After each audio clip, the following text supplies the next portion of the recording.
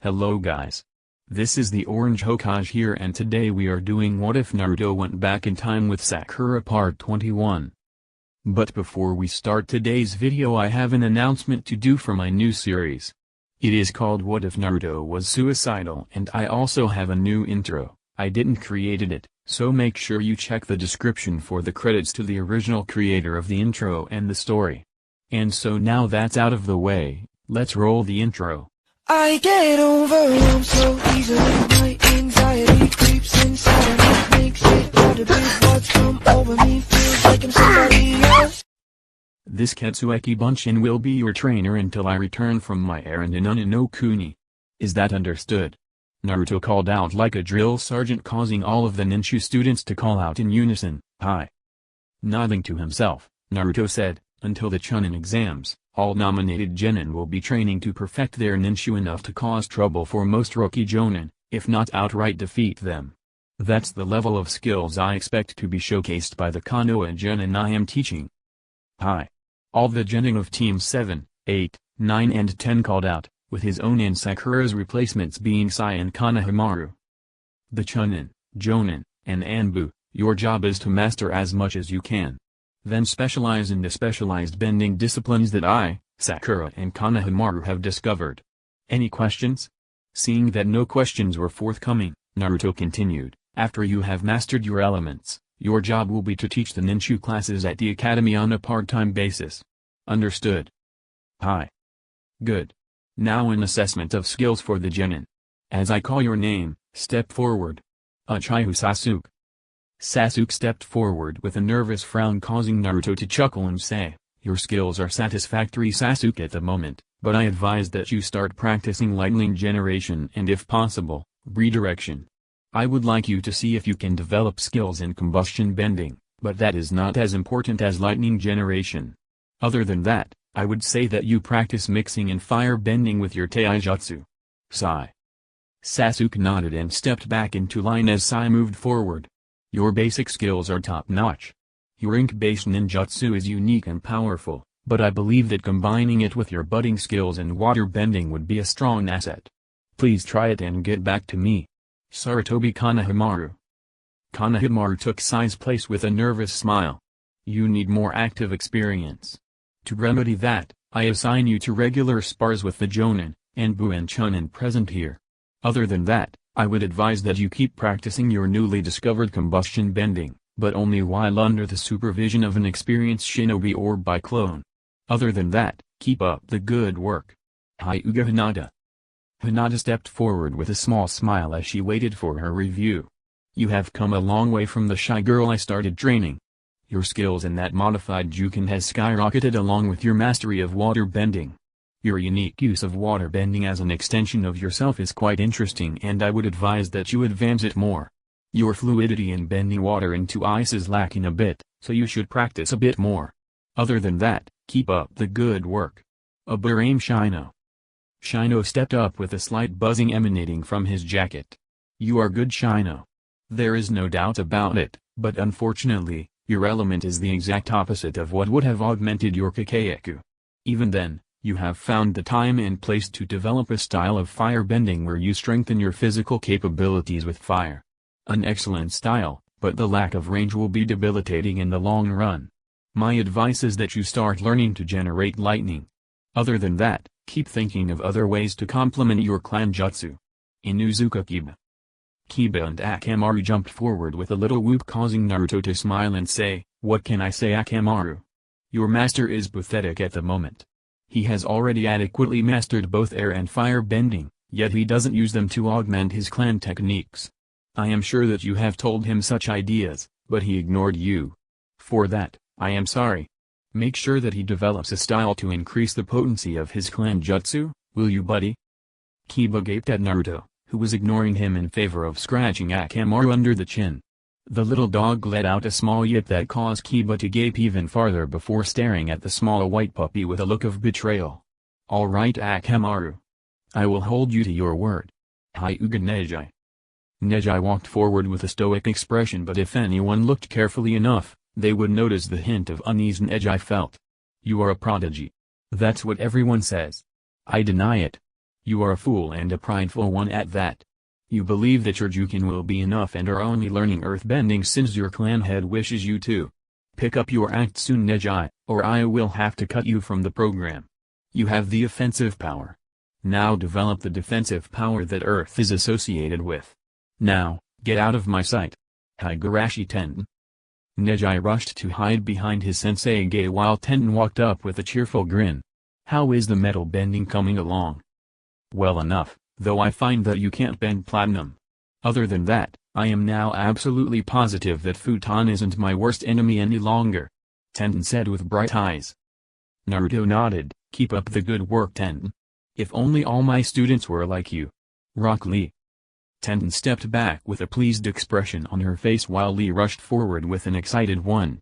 Rock Lee. A shinobi with no aptitude for ninjutsu but a monstrous aptitude for taijutsu. A Goken master in the making and a master of the drunken fist. For someone so young, you are very well polished. Like your aptitude for taijutsu, you have a similar affinity with your bending element, air. To tell you the truth, I have very little left to teach you about the air element. The rest comes with self-enlightenment and understanding of the very existence of air. Achieve that, and I will give you the rank of Grand Master Airbender. The same rank I am in airbending. Keep up the good work, Lee. Akinaki Choji. Choji lumbered forward while munching on a pack of chips and waited for Naruto to speak. You have a great deal more to learn about the earth element, but you have adequate skills in bending the element to your will that it allows you to easily complement your clan taijutsu style and jutsu. I advise spending more time in mastering basic earthbending before trying to master either metal, lava or crystal bending. Keep up the good work, Choji. Naru Shikamaru. Shikamaru lazily walked forward, only jumped back in shock as a pillar of earth tried to strike out at him. Oi! What's the big idea? Simple. I wanted to see if you could be motivated more. Now that I see it is possible, I have a new training regime for you. Since you were too lazy to master water bending to an appreciable degree, I have decided to personally tutor you. Isn't that a great thing, Shika? We are going to have so much fun together. Naruto said with a sweet smile that caused a shiver to run down Shikamaru's spine while Enko just grinned in glee. Anyway, Yamanaka Ino. Ino walked forward with her head held high. Her dress had changed a lot under the influence of Enko and now consisted of a purple mini-skirt that revealed her milky smooth legs, a skin-fit purple crop top that accentuated her developing curves and visible fishnet blouse and short shorts underneath her top and skirt. Fishnet armor around her elbows and knees and a purple trench coat with fishnet armor weaved into it. Naruto looked over Ino's new wardrobe before giving an approving nod and commenting, "You have been spending too much time with Enko. Anyway, your skills with airbending is at the same level Lee's are, but you have the more esoteric astral projection and telekinesis under your belt. Something that most don't have the mental disposition to have. Lee, in time will reach the disposition to use astral projection and I hope that it will be soon. On the other hand, he will never be able to develop telekinesis as his mind isn't of the right disposition. Anyway, keep up your training and please try not to deconstruct Konoha with your telekinesis, Ino. Your spirit illusions are quite frightening as well. Keep up the good work." Ino nodded with a satisfied smile as she stepped back into line. Naruto turned to the gathered shinobi and Konoishi and said, "I am proud of you all, especially the genin. You have all come a long way in a very short time. For the chunin, keep practicing. You have nearly mastered the intermediate techniques. The jonin and anbu, you are near mastering the advanced ones. Keep up the good work and try not to showcase your skills to the foreigners yet." Dismissed.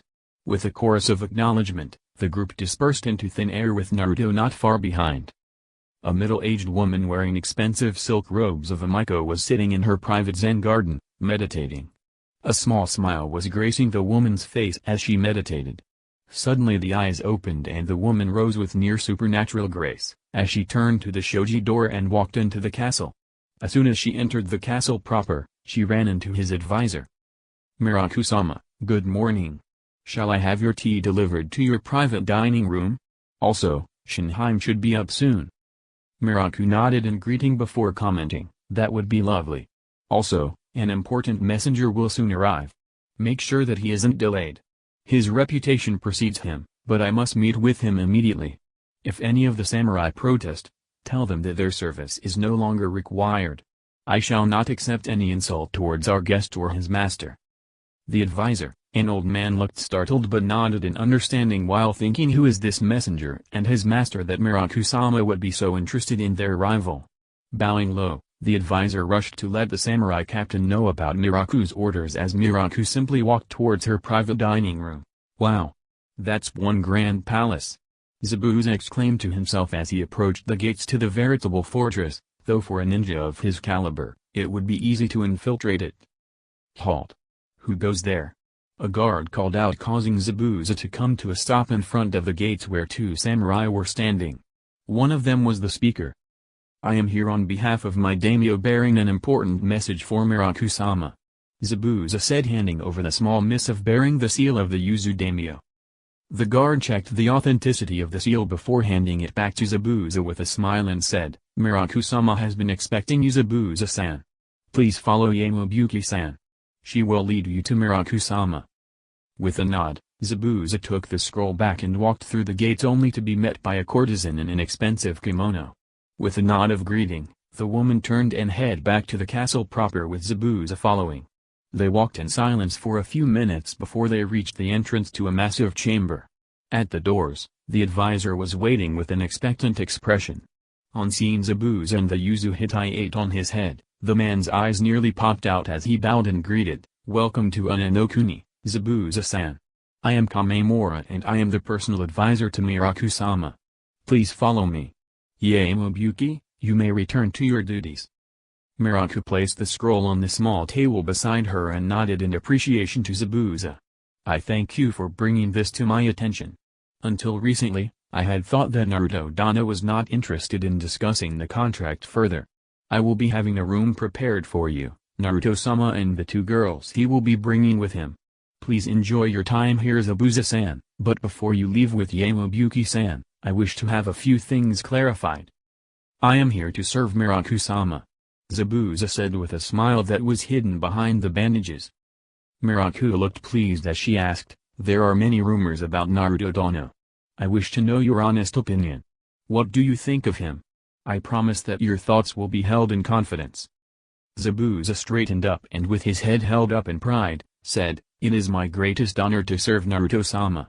He is a shinobi who hasn't fallen to the age-old truth of take everything you hear with a grain of salt. He easily deduced my reasons for betraying Yagura and then offered me the chance to help Kiri. In return he asked me to help him bring Yuzu back to prominence. Which, I am glad to do. He is an honorable man, but powerful and strong-willed. None can make him change his mind if it is the right thing to do. He prefers peace and is working towards it. His greatest hope is to facilitate complete understanding between every country and every man, woman and child. A goal I wholeheartedly throw myself behind. He is the kindest person I have met, but he is also the greatest nightmare of those who are his enemies. He is not as arrogant as people in his shoes become. He is confident in his skills and judgment but isn't against taking advice from everyone around him. A better leader one can't hope to serve in a million lifetimes. He is a beacon of hope, a role model to all shinobi, kunoichi and even the heirs to many of the nations. To summarize, Uzumaki Naruto-sama is a god amongst men. A perfect being. A mortal who has ascended to the realm of the gods.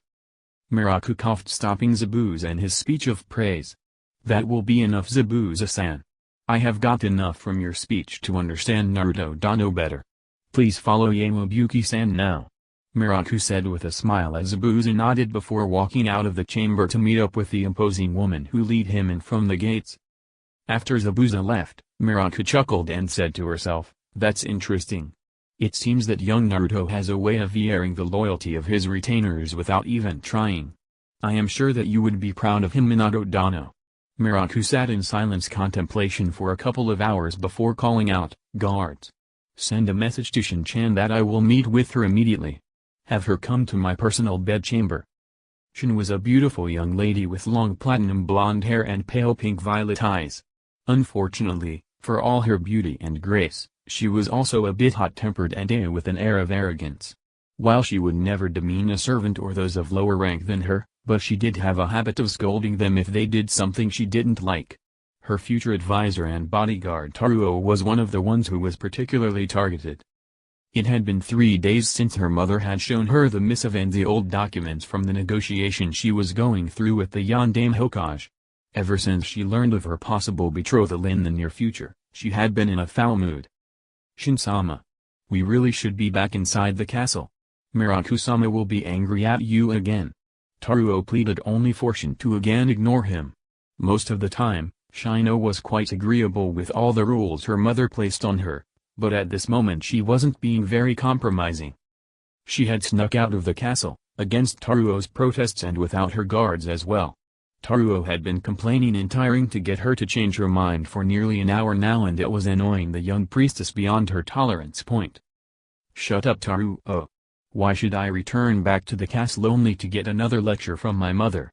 Here she expects me to just accept my being married off to some unknown middle-aged daimyo, and I am not even 14 yet.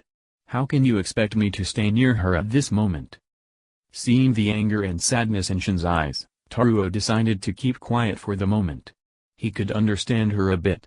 He didn't want to train to become the next head bodyguard and advisor for the next priestess, but here he was following Shin about, trying to form some kind of friendship that would make the situation better, but he wasn't about to say it and direct the young priestess's wrath on him. Deep in thought, Taruo followed Shin into the forests to the east of the castle, towards a small clearing that had a waterfall. He was so distracted by his thoughts that he missed the shadows moving about around them. A scream drew his attention back to the world and saw that they were surrounded by a group of scruffy bandits. One of them had caught hold of Shin's arms and was dragging her away, while the others had unsheathed their myriad of weapons and was pointing them at him. Shin-sama. Taruo screamed as he unsheathed his sword just as a sword pierced through his chest. As Shin was walking through the forest with Taruo cowardly following her, she was suddenly overcome with a vision. She saw a katana bearing down on her, her face and arms splattered with blood, when an unknown boy with spiky golden hair and cerulean eyes suddenly appeared and was cut down by the offending blade. Just as the vision ended, Shin found herself being pulled by the strong arms deeper into the forest. Help!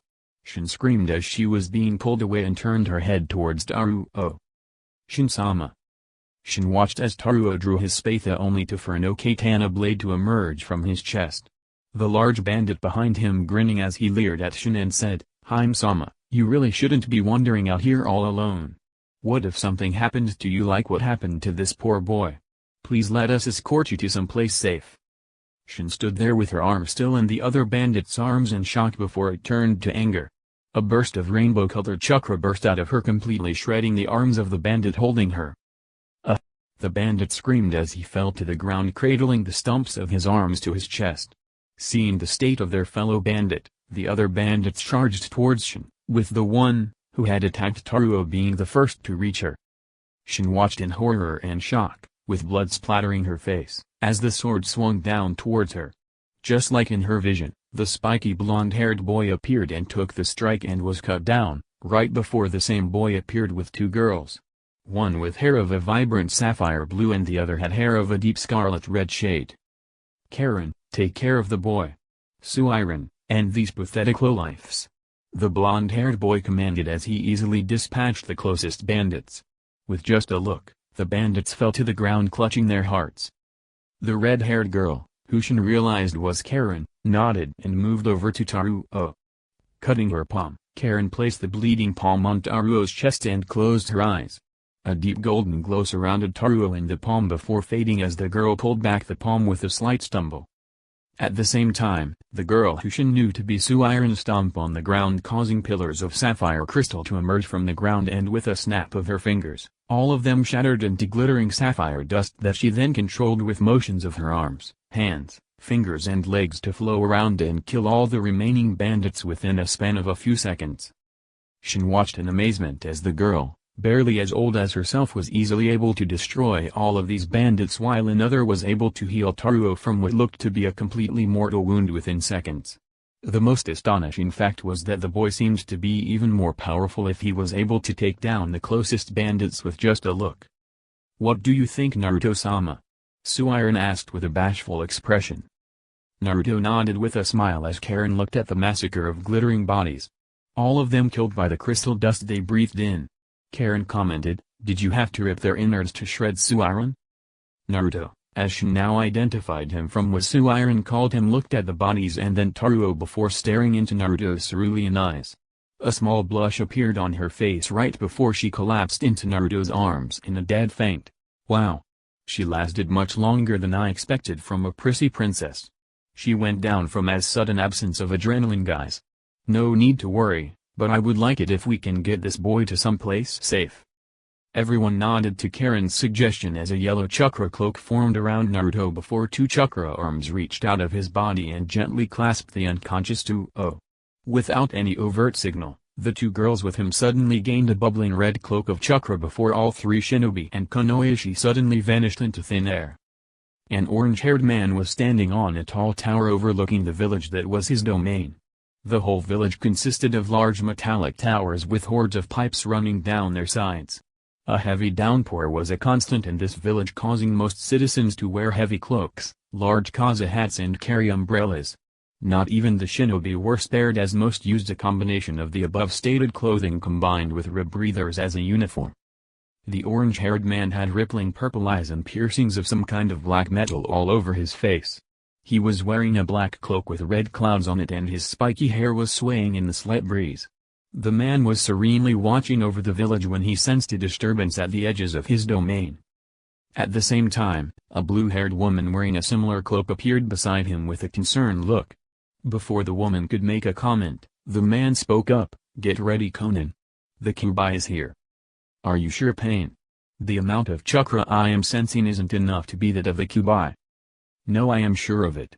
Uzumaki Naruto is more dangerous than I believed, if he can easily suppress this much of his chakra. You felt the disturbance. We should have felt him entering AIM far earlier than we did. He was able to do something that I doubt even Sensei would have been able to do. Am I wrong in my assumption, Uzumaki Naruto?" Conan jumped at the sudden exclamation as she finally sensed the presence of the infamous Jinchuriki right behind her. Subtly pulling out a piece of paper, Conan prepared to fight, lamenting that a fight of such a magnitude would occur right in the middle of her beloved village. The potential of collateral was immense. Naruto chuckled, "I am not here to fight. Just to talk. I am not even really here. My friends and family wouldn't take kindly to me placing into a possibly hostile situation, no matter how powerful I am, without proper notice." "So you aren't here? That means that the rumors of you having perfected the Ketsueki Bunshin are true?" Conan asked in awe. Naruto nodded, causing both Conan and Pain to share a look. A look that conveyed their thoughts to each other. A simple though, why would he reveal his hand? Unless he was confident that we aren't a threat to his person. Pain coughed, drawing Naruto's attention. "What is it you wish to speak of?" Pain narrowed his eyes as Naruto grinned as he casually leaned on the pipe behind him, his arms where both Conan and himself could see.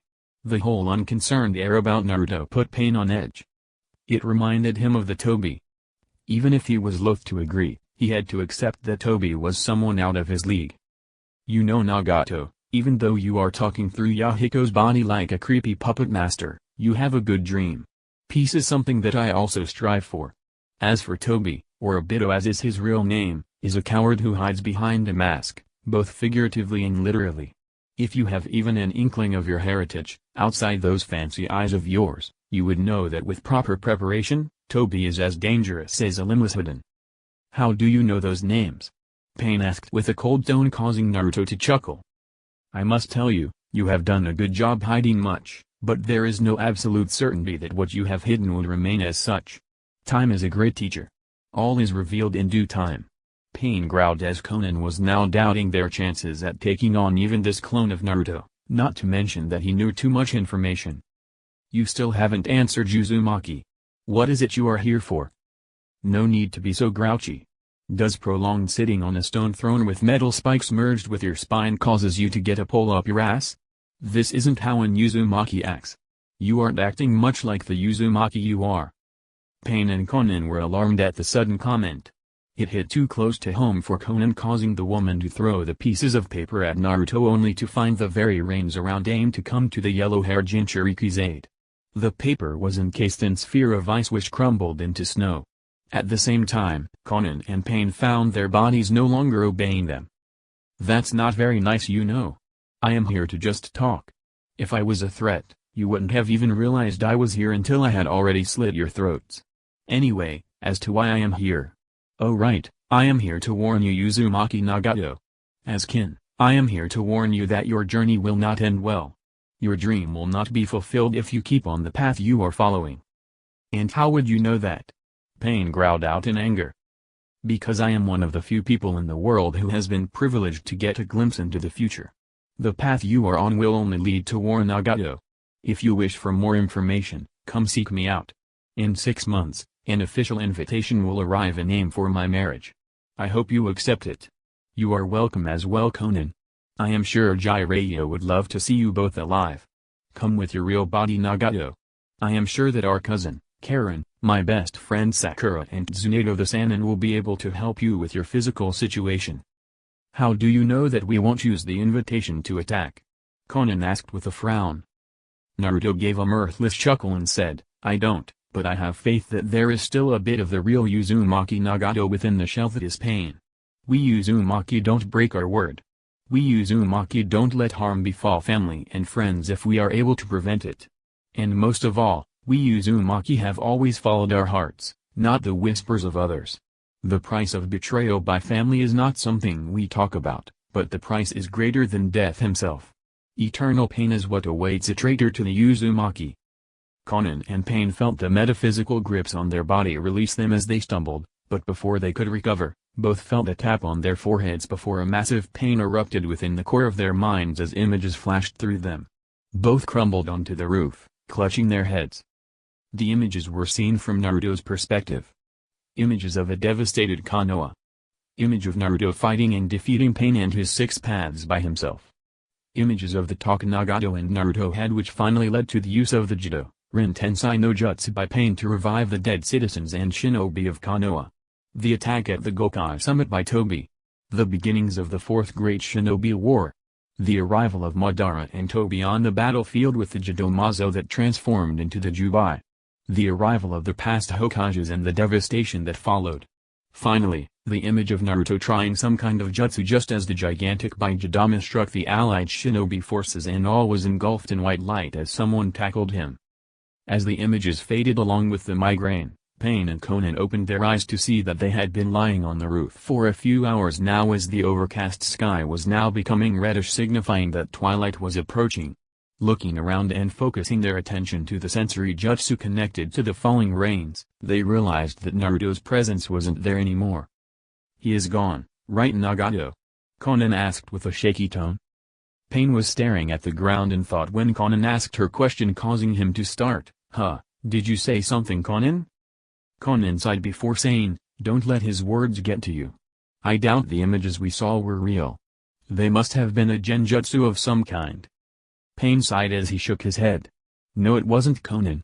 If I am not mistaken, the Pain is a signature of the Uzumaki memory transcription seal. It is one of my clan's ways to quickly transfer knowledge of events to others. There are rumors that Naruto has the ability to glimpse into the future. But then again, the jutsu Naruto was trying to use, I don't know why, but for some reason the only thought popping into my mind is the Ninpo, Kako no Yurei. It must be a technique that is deigned to send the memories of the present to the past self. I believe that since I recognized it, it must be a technique created by the Rikito Sennin. It uses the outer path. At least that much I can recognize. Other than that, I don't understand anything about it, but I would recommend not using it as the thought of only a single try is pervading my mind. Are you saying that he is from the future? Conan asked with incredulity. I don't know. It may have been a vision of his that he shared.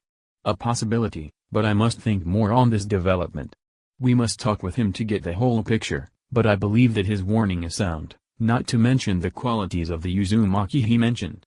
I had forgotten all what my parents had taught in my bid to gain peace. Don't let this information leak Conan. We can't let the others know about the opportunity.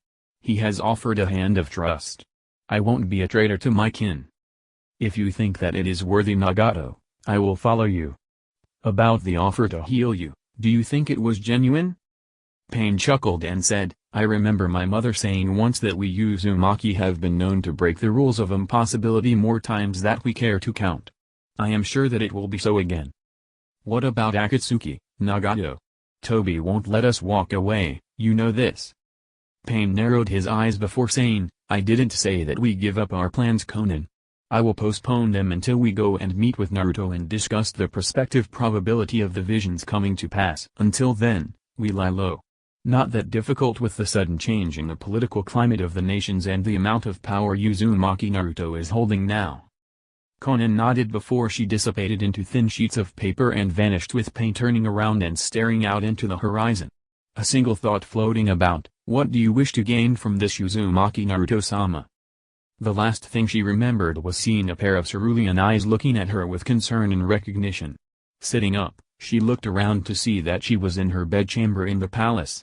With confusion, Shin closed her eyes and tried to think of how she ended up here, when she was just moments ago walking at the edge of the forest with Taruo, or was it all just a dream?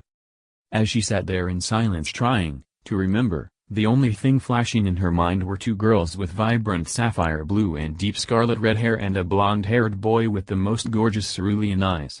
The thought of those eyes caused a faint blush to appear on the young Miko's face. As the girl sat there and thought, trying to piece together the set of events that led to her meeting the owner of those cerulean eyes, one of her handmaidens walked into the chamber with a tray containing a bowl of water and a cloth. Seeing Shin sitting and awake, the woman set the tray on a small table resting beside the doors as she rushed forward with an exclamation of, "Shin-sama! You are awake. Miraku-sama will be so pleased. How are you feeling now?" Shin scrunched up her face in confusion before asking, "How do I find myself here, Mako? The only thing I can remember is Taruo being killed and then 3 shinobi appearing and killing the bandits that had us surrounded." Mako nodded with a reassuring smile and said, "It's a good thing Naruto-sama was passing by on his journey here. He, his cousin and his retainer found you and Taruo-kun. As you remember, they took care of the bandits before escorting you back here. Unfortunately, you had passed out due to a sudden receding of the adrenaline running within your body, or that's what Uzumaki Karen-sama told us." "The red-haired girl?" Shin asked as the name flashed in her mind. Mako nodded with a smile. "That she is. The other girl is the head of the noble Makesho clan of Yuzu, Makesho Suiron-sama." Shin nodded and motioned for the woman to continue as the woman hesitated. Seeing the hesitation, Shin asked, "And the handsome young shinobi with those beautiful cerulean eyes?" Shin didn't realize her slip, but Mako picked up on the small crush that the young Miko was developing, so with a knowing smile, said, "Shinobi-san is the present daimyo of Yuzu no Kuni and your possible future husband, Uzumaki Naruto-sama." Shin's eyes widened in shock at the revelation. The boy who saved her was probably going to become her future husband. The same person she had decided to hate for forcing her into such a difficult position. A position that she was not willing to accept. A decision that she was now in conflict with, especially since she knew that her husband-to-be wasn't that much older than her, probably even younger than her. Seeing Shin sitting there in silence with her inner conflict clearly visible, Mako sighed and said, "If I may, Shin-sama, don't judge someone before you get to know them. Take this as an advice from someone who has lived on this cruel world longer than you. Not everything is as it seems at first light." Shin nodded, and slowly the conflict vanished as Shin came to a decision. Mako smiled and said, "I will have a bath drawn up for you and then have your finest ceremonial kimono ready. Now that that's out of the way, what were you thinking? Going out into the forest with only Taruo? That was very irresponsible of you. Miraku-sama and I didn't raise you like that. You are usually such an obedient child. What caused you to put yourself in danger like that?" "Sorry about that, Mako. I was not thinking straight. I just wanted to get as far away from Haha. She hasn't been taking my passive resistance to the thought of my marriage well. She just wishes the best for you. Besides, I know for a fact that the treaty contract has a clause that would keep the treaty active and also let you and Naruto-sama not having to marry, if either of you didn't like each other." Seeing the confused look on Shin's eyes, Mako said, "Miraku-sama had asked my opinion on the marriage part of the treaty. It was my idea. An idea that Naruto-sama's Haha and Shichi had completely agreed with." "I see. Anyway, I have decided not to fight Haha on this issue any longer, but I will still not accept the marriage unless I am sure that it is in my best intentions. Prefect. I will let Miraku-sama know. She will be very proud of you, just as I am. You are growing up into a beautiful and wise young lady. I would have scolded you if you had accepted without thinking of the consequences. Besides, from what I heard from Karen-sama and Suiran-sama, Naruto-sama is a fine young man. He would be a fitting husband for our beautiful and precious young princess. Not to mention pleasant on the eyes as well. Mako teased, causing Shin to blush harder. With a chuckle, Mako stood up and walked out of the room, calling out, "I will have the bath ready in 5 minutes. And don't worry about Taruo-kun. He will be just fine. Karen-sama made sure that he will live to a ripe age, unless he does something stupid and gets killed in the process." Hearing that Taruo was fine, Shin breathed a sigh of relief and prayed to the gods for the good fortune that was shining upon her. As she stood up to head to her private onsen, a thought occurred to her. Until then, all of her visions had come true. Until then, she believed that she had been cursed to see the death of all those around her.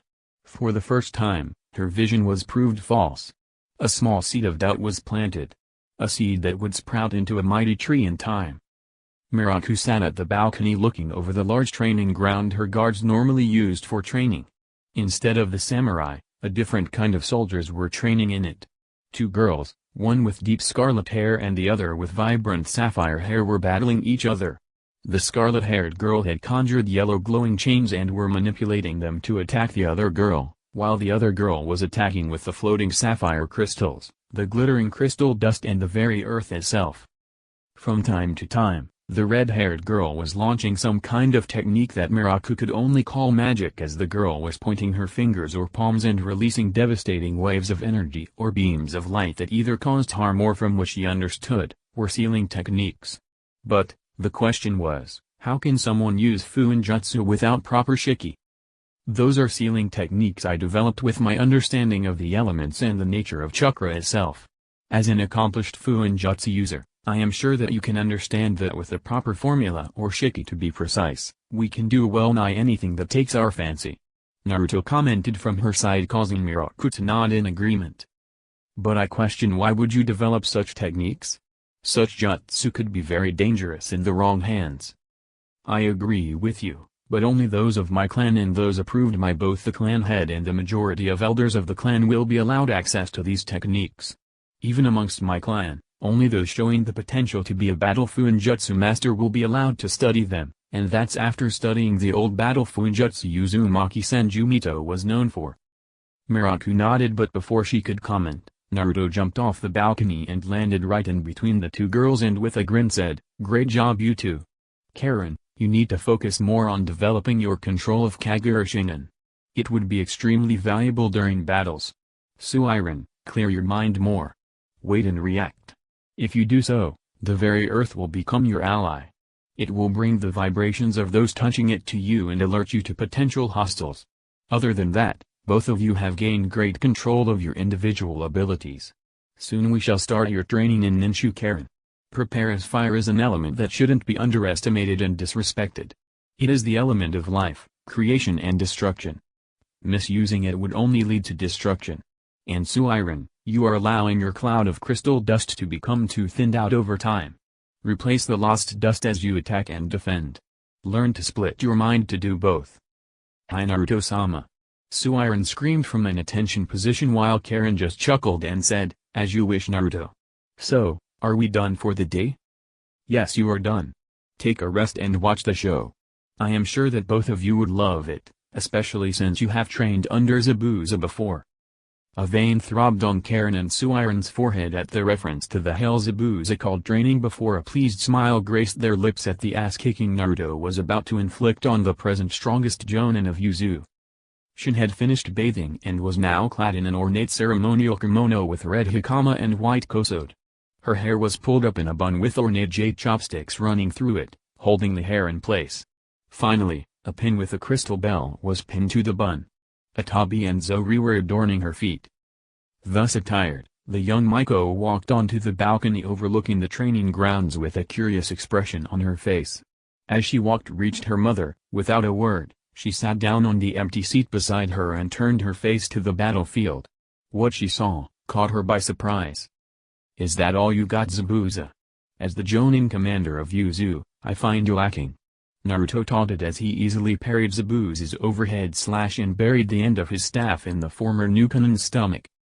Jumping back, Zabuza growled and channeled his chakra into the blade of his katana, causing a faint blue glow to engulf the blade as Zabuza sheathed the sword in its side and took a standard Yai position. Taking a calming breath, Zabuza unsheathed the katana in a graceful arc, causing the gathered chakra to fly off in a destructive wave. "Now that's more like it," Naruto said as he spurns his bow staff before slamming it into the ground, causing a wall of shadows to erupt and absorb the flying blade of chakra. With a grin, Naruto used the staff as makeshift pole vault and jumped over the wall towards Zabuza, causing the Kenjutsu specialist to chuckle and rush forward to intercept, only to have to jump back when the shadow behind Naruto to erupt in a wave of shadow spikes. With the rush of adrenaline and grace born out of years of practice and experience, Zabuza easily dodged, spurned and parried the spikes as he approached Naruto with his katana taking on a faint blue glow. At the same time, Naruto's staff took on a pale black glow as he charged forward to meet Zabuza head-on. "So?" Hearing her mother's sudden question startled Shin, causing Naruto to chuckle and ask again, "So? What do you think? Is he to your liking?" "That waits to be seen yet, but I will agree that I was too hasty in judging him without even getting to know him or even who my prospective husband would be. I will allow him the chance to win my affections," Shin said with a haughty attitude. "That's good, because I am sure that he will succeed. Now let us keep watching. I will officially introduce you two at lunch, which should be in a couple of hours." Shin nodded as she returned her attention back to the intense spar occurring on the training field. By the time lunch came by, Shin and Miracle were shocked to see that both were still fighting with just as much vigor as they started with. The only difference was the slow increase in their skills in using their individual weapons. Never before had they seen such quick development of skills from the samurai pledged to their family, or even the ninja that they had the privilege of watching train. So that's it for today, guys. If you like this story and want more, then please subscribe and turn on the bell icon. Until then, take care and goodbye.